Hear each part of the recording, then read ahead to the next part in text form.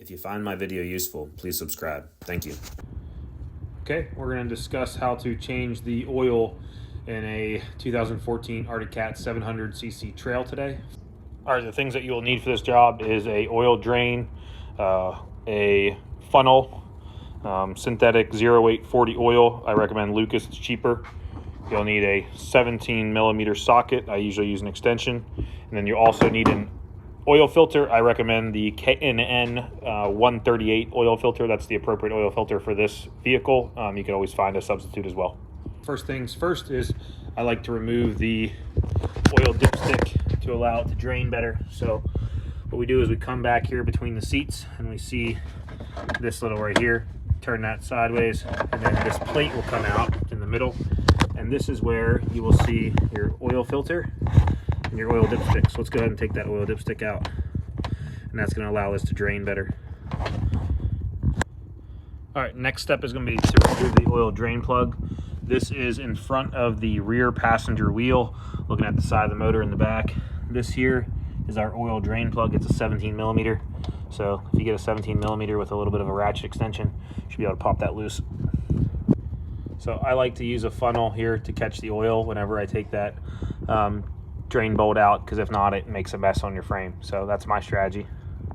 And then I just let that drain out all the way, and I'll let it drain all the way. This actually isn't that dirty. I just bought this, so it looks like it was changed recently, but that's always good to change the fluids when you buy something new. Okay, so that's pretty much drained all the way. So let's go ahead and put our drain bolt back in. All right, drain bolt is tightened back in. I just do hand tight with a ratchet. All right, so now we're back in between the driver and passenger seat. I don't like doing the oil filter without having a rag down here, because otherwise all that oil just goes into the underguard pan, which I think is kind of annoying. So let's go ahead and take our oil filter off. Should be hand tightened.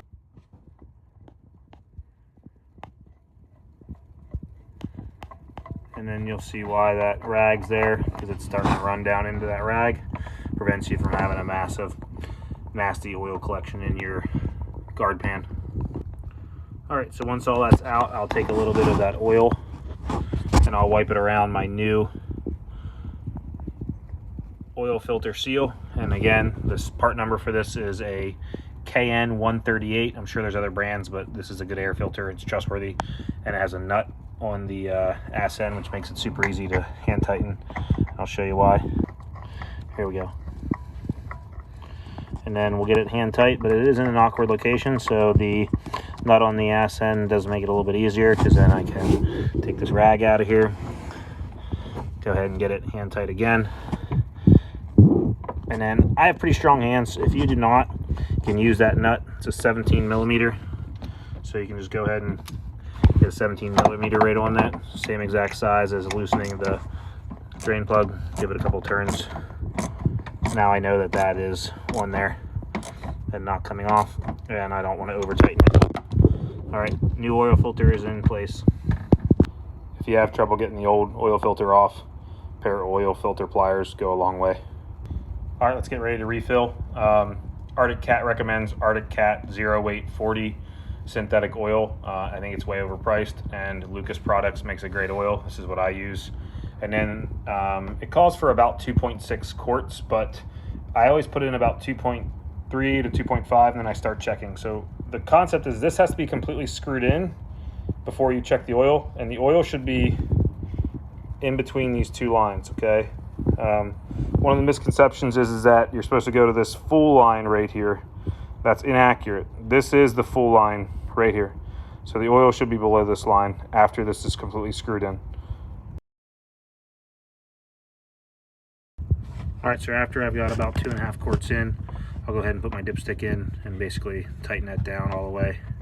Sorry, I know you can't see. And then once that's tight, I'll go ahead and remove it, check my oil level.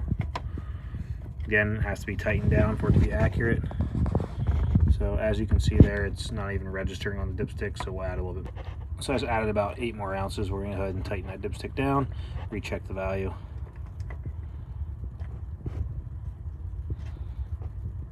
All right, let's just go ahead and recheck that level.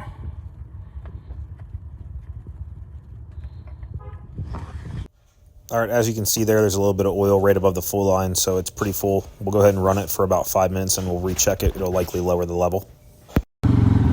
I say let it run for about 5 minutes so that the oil fully circulates, and then I turn it off, let it sit for 5 minutes, and I check the oil level.